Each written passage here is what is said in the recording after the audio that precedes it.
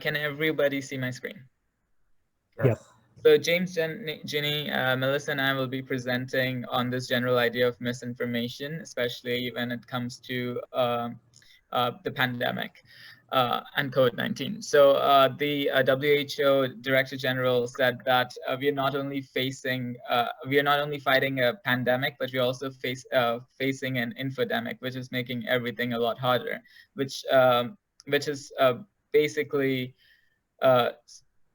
these not only which shows how dangerous this age of information we are living in, where we have access to literally any information and anything we can possibly imagine can be, because it's so easy to change this age of information into the age of misinformation. And one of the one of the reasons why misinformation spreads so easily is because people are normally unable to like differentiate between what is a lie and what is the truth for many reasons, right? People might lack the technical knowledge. They might just take things at their face value. So our first activity today is aimed at seeing how well you guys can spot a lie. So our first question is, which of the following statements about the Pfizer vaccine, which I'm sure everyone has heard about, is false? Professor, if you could make a poll with like A, B, C, D, and everyone can choose one, that'd be great. So what are we doing here now? Are we saying which one of them is correct? I think if Professor can make a poll, that'll be fantastic.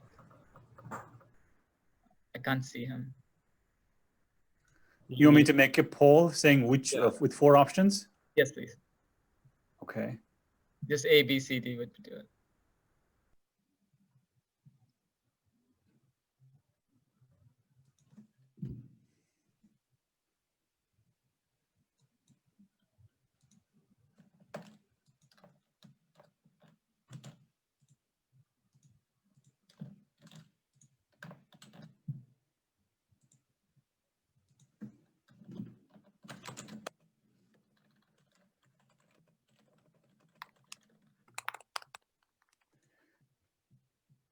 Okay.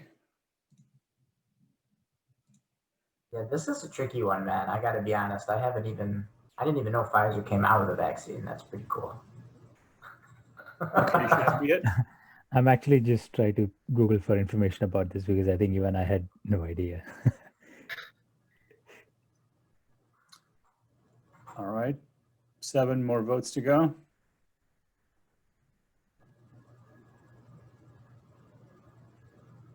9, 4 more people, 3 more people, 2 more people.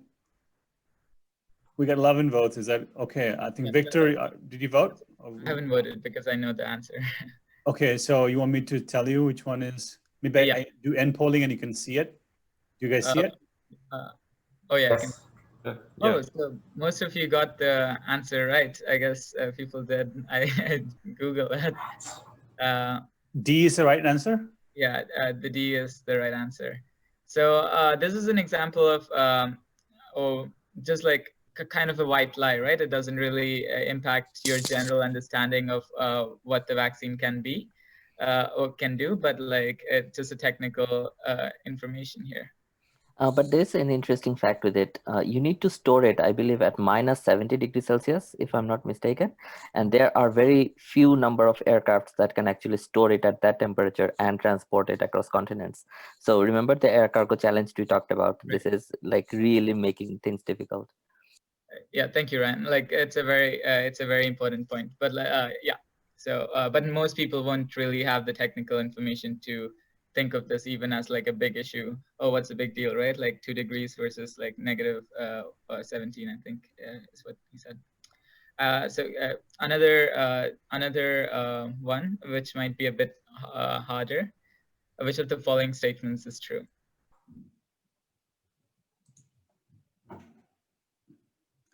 Okay, you want me to come up with one more poll, right? Yes, and there will be one last one after this. Sorry.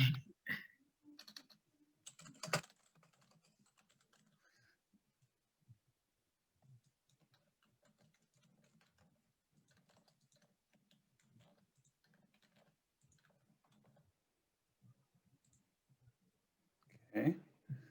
Let's go back.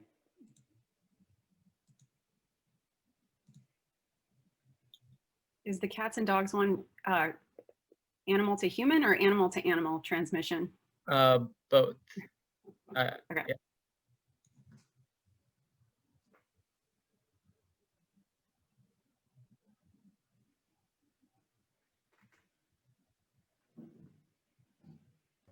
I think I'm on to you now, Vic.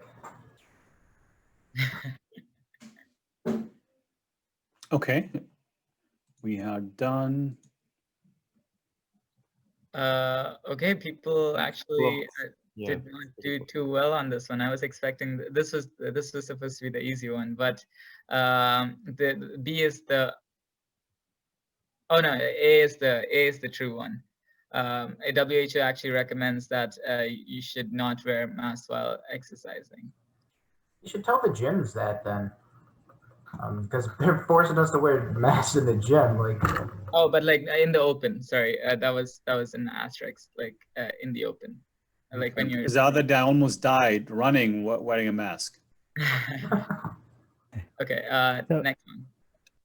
Just a quick thing. I think it also depends on which level of mask. I think the the N95 level masks are the ones that are not recommended during exercise, but these surgical masks, which are very thin, Right. I think still okay for mild levels of exercises. Right. And that's where it really becomes complicated, right? Even when there's like a simple statement like that, which I literally copied from the WHO website, it can be very difficult to, Right. because it's such a complicated issue. And this is the last one. I would recommend that everybody give it a bit more thought here.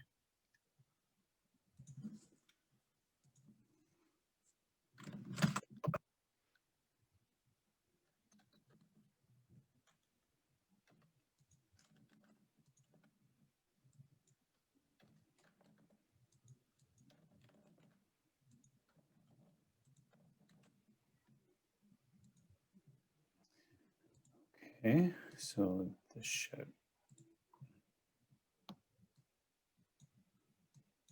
So does it mean that vaccines given at an infant stage, because it says infant immune systems can't handle so many vaccines?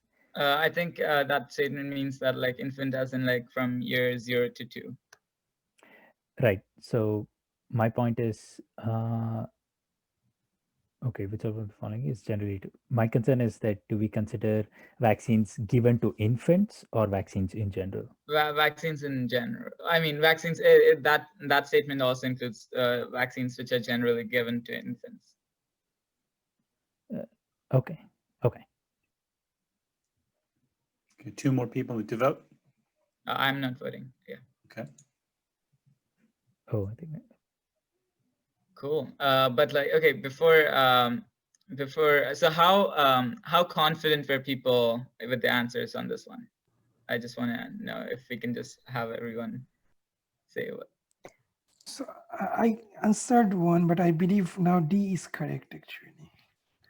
Okay. It depends on like which infection you're talking about. My understanding is that in general, if you consider across all the diseases, I believe hygiene and sanitation is far better than far better in terms of like preventing infection than vaccine or widespread in terms of. I think it may be different for virus-related diseases versus bacteria-related diseases. I guess bacterial infections might be, sort of much easier to fight by, sort of increasing your Right. sanitation and hygiene when compared to viral ones.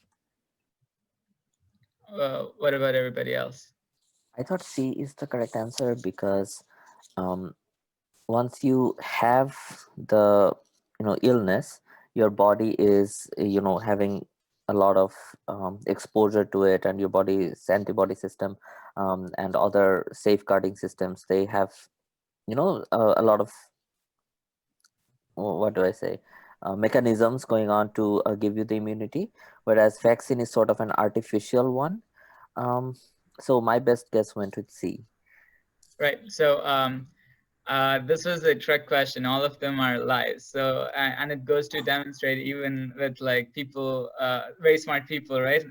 It's really hard to figure out what is the truth and what is the lie. And sure, like the framing was a bit misleading, but when you're online, you're not really on high alert, being like, oh, every statement that I read, I need to be very sure that it's true, right? We're most of the things that we're reading, we're like, we're reading them optimistically, right? Yeah, so I hope this activity showed everybody how and why misinformation is so easy to spread these days. So I'm talking about a paper, Fighting COVID-19 Misinformation on Social Media. This is weird. So first, misinformation is a huge problem on social media. It's information that's put out that's false or inaccurate, that is intended to deceive people. And previous research shows people don't want to spread misinformation and tell truth from falsehood. But when looking at it from a political context, they share misleading content solely because of political party. And a political alignment can play a large role in how misinformation spreads. There are also dangerous effects to the spread of misinformation, such as hoarding and false remedies that can actually end up harming or killing people. So COVID-19 isn't just a pandemic in the biological sense, but it's also an infodemic where the spread of that alternative virus can kill people in other ways. Oh, come on, there we go.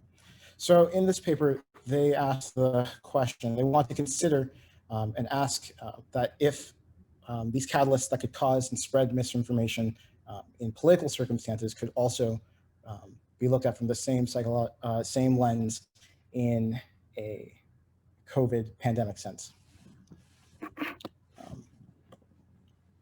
So they approached this with two different kinds of studies.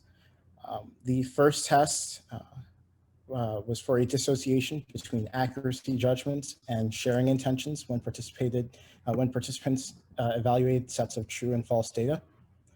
The second study also tested whether stressing accuracy increased the quality of information that people shared online about COVID-19. So in the first study, they had 853 participants after the excluded people were removed, and broke the participants into accuracy groups and sharing groups. And so for the accuracy groups, they asked them, to the best of your knowledge, is the claim in the above headline accurate? And to the people in the sharing condition, they asked, would you consider sharing this story online? And so they present these questions when giving the participants 15 true and false questions about COVID-19, true or false headlines about COVID-19 in the format of Facebook posts, where you had a post with a picture and a lead sentence. They also gave the participants a question on how concerned they were about the COVID-19 pandemic, which they answered with a side scale and an associated general science quiz and a cognitive test. So looking at the results of this study, when it came to understanding how people focused on accuracy versus sharing, the researchers noticed that the headlines, which stuck to the facts, had a larger impact on accuracy judgments than sharing intentions. More people were willing to share the headlines than read them. Also, the cognitive test scores were positively related to accuracy discernment and sharing discernment. The cognitive test scores were also negatively related to belief in false headlines. And lastly, the distance to the nearest county with at least 10 COVID-19 diagnoses was uncorrelated. So in their second study, this time they used 856 participants after some people were removed for not completing the survey or not using social media. And this time they built on the previous study by breaking people into news sharing and treatment conditions. So the news sharing groups were shown the same headlines as the first study, but the people in the treatment group were also provided a set of neutral questions beforehand, where they were also asked, if you were to see this on social media, how likely would you be to share it?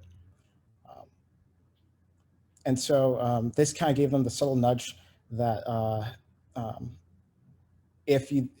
when given the neutral headlines beforehand, it kind of nudged them to think more about accuracy. And even though it wasn't directly outlined beforehand, this will be a part of the study. It would give them the cognitive thought of maybe I should try to focus on accuracy when looking at these true and false questions later on. And they were given the same kinds of cognitive exams and demographic exams that were provided in study 1. So in the results of study 2, participants were more likely to share true headlines relative to false headlines after they rated the accuracy of a single non-COVID related headline.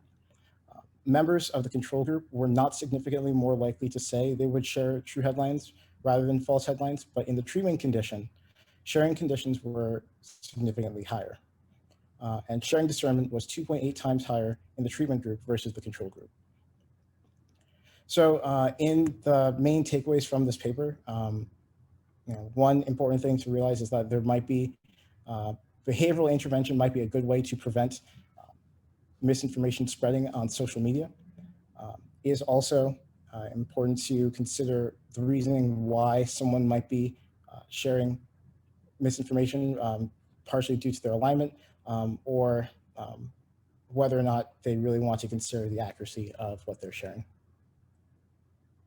So as James alluded, the main source of the spread of and most of us know, the main source of spread of misinformation these days is social media, right? And what is the most valuable thing that social media allows people to have access to? It is a plethora of data, like endless amounts of data, right? That's what gives social media companies its the kind of valuations, the billion-dollar valuations we see. Which really leads to the question of how can we use data and analyze data to infer characteristics about the spread of misinformation, and thus leading to some interventions that could help us defeat or diminish the impact of misinformation. So first of all, it is very important to identify misinformation as well as communities online which have been misinformed. So then we can stage interventions to correct and change these beliefs. And how we can do this is by, first of all, collecting data on first of all, finding out what these misinformed communities believe, how they communicate, or why do they distrust, right? And how we can collect this data is through Twitter and other social media APIs. I think all major social media companies have these APIs: Twitter, Facebook, Tumblr, for example. And then we can conduct a number of analysis, for example, we were shown in the paper by Memon and Carly from CMU in characterizing COVID-19 misinformation using a novel Twitter dataset. And we can also collect data using just sending out surveys either through Google Forms or some other manner, or conducting more specific experiments on MTurk. Right now, I'll focus on how in that paper, what kind of analysis was conducted on the Twitter data set, and what results were found, and what they recommend we do because of the results that were found. Victor, yeah. Pardon me. Do you think there's a difference between social engineering and trying to change somebody's beliefs, or are they one and the same thing? I would say I don't think there's a clear-cut answer to that question. I think it's more of an overlap. I mean, and I think the overlap might be quite large. A good portion of social engineering might be changing people's beliefs, but I think they are not there's not a clear equivalency. I guess sorry, the opinion would be a final outcome. I guess social engineering doesn't need to go that far. It can just, you know, manipulate you to do something, or like, you know, reveal confidential information, etc. But you don't necessarily need to change your belief, right? Just enough to manipulate you. I guess that would fall under social engineering. Right. Good way to distinguish them. But like, I guess the question is like, should you be trying to change someone's beliefs? And I don't know, because in some sense, like, there are malevolent forces out there trying to change people's beliefs to being something destructive to a society. And you could say that the converse is true, that maybe there should be benevolent forces trying to change beliefs of people too. Or maybe we shouldn't be trying to change beliefs at all. But and I think it's a really good question, and I think there's very complicated answers to that, but I feel like in some cases it is important to mitigate these misinformations, right? Because like there are some obvious facts. For example, there's a big like Holocaust denial community out there, and those kinds of beliefs need to be countered. Otherwise, at least I don't see them playing any positive role in society. But and again, they're also where do we draw the line? That's really the question here, right? And that's where the question becomes difficult to answer. Okay. Anyhow, in the paper, they do a bunch of misinformation analysis, which starts out by identifying two sets of communities, which they do by categorizing users into multiple different categories, and then they assign them into the two communities. Then once they have assigned these users into the two communities, they collect their tweets and filter them out for tweets only relating to COVID or coronavirus, and they got an average of 91 tweets per user. And then they conducted network analysis by extracting retweet mentions and replies to see how these networks have grown and how they connect with each other, which is really cool. They also use bot detection using bot detection algorithms that have already have had a lot of research done. They also do a social linguistic analysis on what kind of narrative is being used in the tweets, the tone and the linguistic formality of the tweets. They also determine the vaccination stance of these users. So the results are such. The misinformed communities were observed to be denser. Bots, even though they exist in both communities, they were significantly higher in misinformed communities. Both communities were found to use negative tone, but informed users used more narratives than misinformed users. And misinformed users, I guess, to some extent, naturally were found to be anti-vaxxers, because anti-vaxxer movement may also be characterized as a misinformed community, right, to a large extent. And the authors of the paper, they said that these kinds of results can really be used to figure out how to intervene into these communities to spread factual information, scientific information. And they suggested that we should target users who aren't rebroadcasting these fake news, so they can actually distribute the actual factual information. They also said that further linguistic analysis could help us understand how to frame a message better, so it sticks with these communities. And also further analysis of this data can help us identify the right medium to connect these two more or less not connected groups to further improve the intervention. Okay, so this paper looks at some pretty interesting patterns between pro and anti-vaccination communities online. And it uses Facebook pages to whose contents are about vaccines. And so there's some pretty interesting data visualization that they present in the paper. Here, the red nodes are anti-vaccination pages. The blue are pro-vaccination, and then the green are ones that are undecided or ambiguous. And a link between two nodes means that one page has recommended the other. So the main question they focus on is why are anti-vaccination communities so resilient? And as we can see, the number of individuals, anti-vaccination individuals, is still very much the minority on these pages. However, their red nodes are very central in the network, and they have a lot of access to undecided clusters. And then we also see that undecided clusters have the highest growth of new outlinks.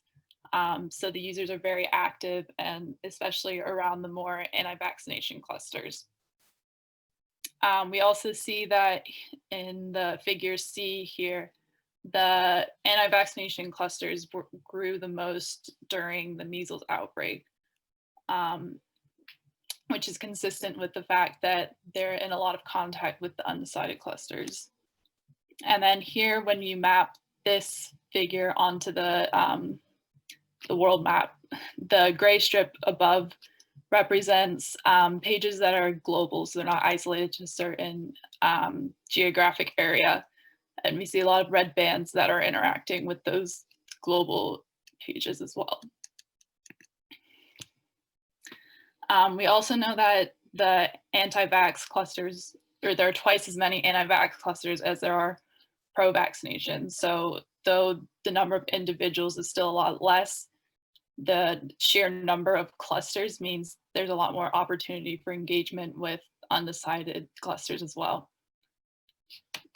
And then the researchers also found that the anti-vaccination clusters offer a wider range of narratives. So there's a lot wider array of narratives that the undecided individuals can, I guess, subscribe to. And then finally, the last thing they note is that the more medium-sized anti-vaccination clusters grow the most, since they go more unnoticed than the larger anti-vaccination clusters. And then this last graph here was interesting in that it shows why it's important or it shows where the mass action model fails, which would say that given the number of individuals who are pro-vaccination, the anti-vaccination clusters shrink over time. Yet the researchers, their model predicts that in 10 years, the anti-vaccination communities will actually become the dominant communities. Does anyone here actually think that's going to happen though? Yeah, so that's, I guess, one of the questions, like, was that surprising? Because that definitely surprised me. And was there anything else that was surprising as well? I think that may not be the case in the international community. I guess in the United States, there are a couple of probably very strong anti-vaccination, sort of groups. But I think on a global scale, I highly doubt if these groups actually become the dominant power. Yeah, and so that was one of the things that the paper noted was people that are part of the pro-vaccination communities often feel like they're winning because they're not in the central part of the network where a lot of the activity is occurring. So maybe that's why we find their prediction surprising if it turns out to be true. Why do you think that during the measles outbreak, during this outbreak does anti-vaccination support grow? Because isn't the measles outbreak a result of people not getting vaccinated for measles? Yeah. So like, I guess if that happened, then. Yeah, and that was, so the third question here is why. So, I mean, yeah, of course, the data shows that these communities are very resilient, but why, compared to other conspiracy theories, do they appeal to so many people, and why are they so growing so easily? So, I mean, my guess is that you can take it, I mean, you can look into it into two fashion. One is what Kurt said, is that many people are not getting vaccinated, and that's why measles is growing. But you can also say that like many people are getting vaccinated, and that's why people's immunization system or immunity is getting weaker, and that's why they are getting measles. So That's a good point. yeah. The point I'm trying to make is, I mean, I have heard a bit. It's an alternate universe. I mean, the logical propositions, the facts are completely defined. They start from like a completely defined point of view, and if you start from there and accept the logics that they accept, then you can come up with almost any conclusion. But I think vaccines should be, so the whole concept of developing vaccines is also keeping such situations in mind where people have varying levels of immunity, and you sort of design the vaccine to ensure that even a person with very less immunity does not, I mean, the vaccine does not further reduce a person's level of immunity. I believe that generally vaccines do take that into consideration. So I'm not entirely sure of Vasifer's point, but I guess that without a medical, sort of really medical understanding of the vaccine, I guess that just on the face of it, that logic might make sense. But I think Vasifer's point was that like you can always like twist the truth a little bit, and depending on what your like premises are that you base your train of argument, and if you accept them, like then you can believe just about anything to be true. Okay. Not that he actually believed that vaccines decrease your immunity. Right. No. My point was, I was just trying to understand the reasoning for the other argument stating that vaccines might reduce the immunity, but I get what you're trying to say. Okay. But that's why I don't think that this is actually, I think this paper is like interesting, but I think it's all smoke and mirrors. I don't think that people actually, I really don't think that like people are going to be supporting anti-vaccinations 10 years down the road. I think we'll see quite the opposite. I think we'll see the anti-vaccine group diminish. We still have flat earthers, right? I think a big piece of it is just social pressure and just what your circle of influence is. I mean, like, here's an example. So now that we're in the yellow zone in Monroe County, all the schools have to test 20% of their students and their staff every single week. And so parents can opt in or they can opt out, and it doesn't affect whether or not your kid can go to school. And this literally just came out yesterday. I've only talked to one parent about it, but she said she talked to a bunch of parents that were like, I don't want to do it.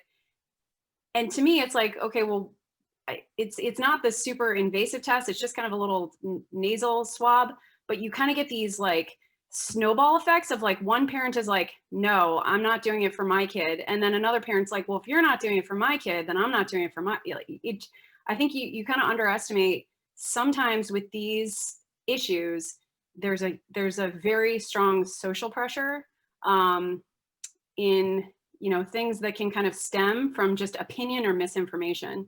And in this case, it's just, I don't want my kid to be a guinea pig and have to take a nasal swab every week. But there's no real like scientific evidence that your kid getting a COVID test is a bad thing. It's just, oh, I heard this parent's not doing it, so I'm not doing it. So I think that's how these things can kind of snowball, even though their basis is flawed. That's a good point. Ryan, sorry. Ryan, I saw you unmute yourself. I know you're trying to say. No, I completely agree with Erin.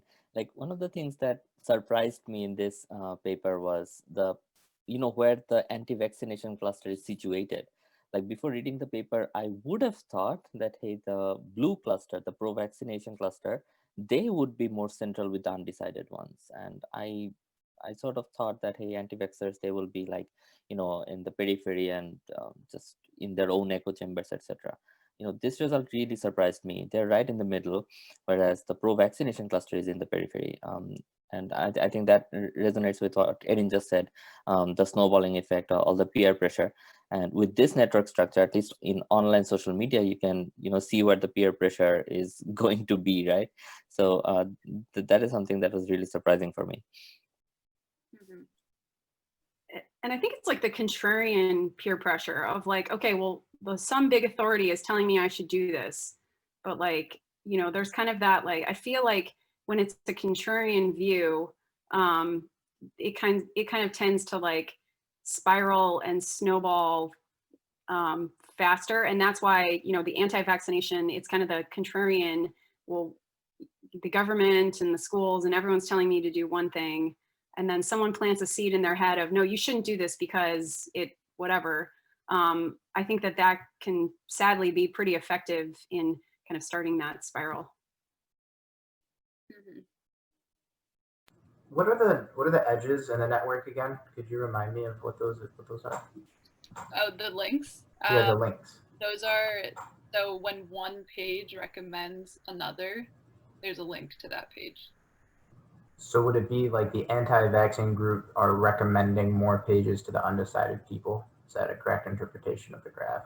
Yeah, so they're recommending each other a lot more. That's why the denser network.